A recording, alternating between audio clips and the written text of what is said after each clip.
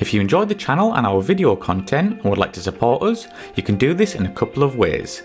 You can sign up to our Patreon site, which is a monthly subscription to one of our 4 tiers, each giving you something different from early access interviews up to exclusive unseen footage. There's also the option of a one-off donation via PayPal, which allows you the option to donate an amount of your choice. Both options really help to keep this channel going and to continue putting out regular content for you good folk. So please take a look at aircrewinterview.tv/donate, and I thank you in advance. Thank you and enjoy.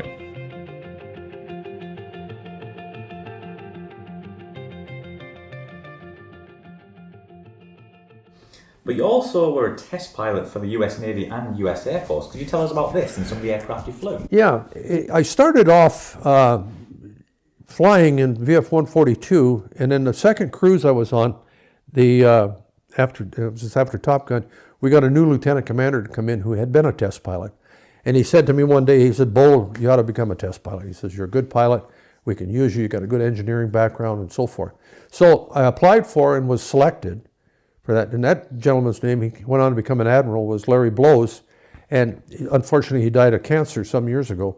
But he was very good at putting me forward. And he basically grandfathered me into TPS. So I went to TPS. TPS, we had 13 airplanes, 14 airplanes. We had helicopters. I flew a very old, what was it? It's like an F-86. It was a T-1A, single engine jet, straight wings. But we could do some really wild, out of control flight with it.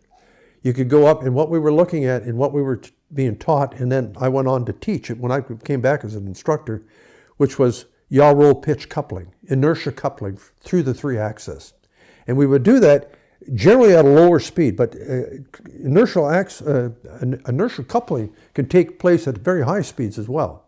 And so you have to be really careful. You have to recognize what causes it and so forth. Then that was the T-1A, and then we had the XT-26 powered glider, which was a Schweitzer 236 glider, and I ended up at the end the only one who would fly it. It had a wooden propeller, and it had a Continental 0200 engine in it, and it had 5 fan belts we used to buy from Western Auto to connect the engine to the propeller. And if you put up the power on too fast, too hard, it would start squeaking like fan belts do on cars, and you had to take all the power off and very gently put it back on again. So that was the X-26 that we flew. Then the next thing we had the T-2, and we did certain things in the T-2. We had the TA-4 Skyhawk. We had the Corsair. We had the OV-10, had the OV-1 Mohawk, had T-28s, had the Otter and the Beaver, and I love flying the Otter and the Beaver, but especially the Beaver. It's an old tail dragger. You pumped the flaps down, you pumped it to get it started and stuff like that. It was really, really cool.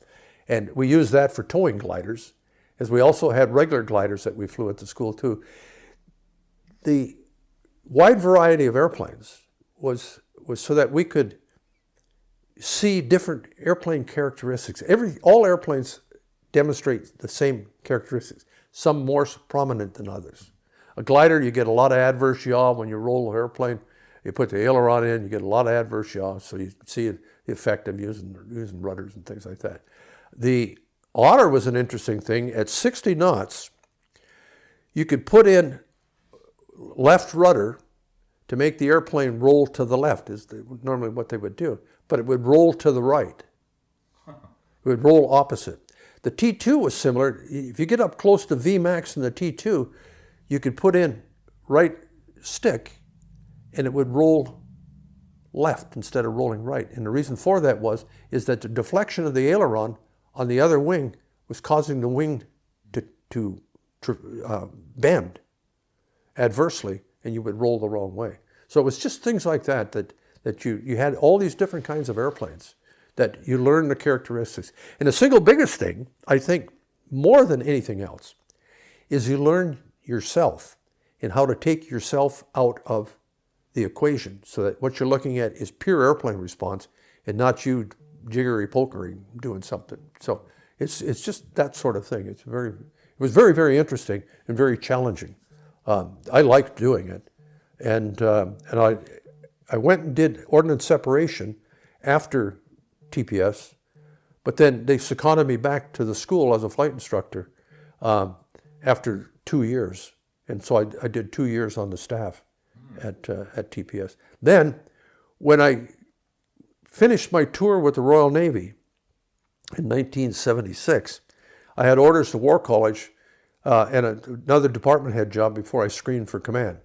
And when I laid out all of this to my new bride and said, I'm going to be at sea for the next 4 to 5 years, plus you're not going to see much of me while I'm going to War College because that's a grind.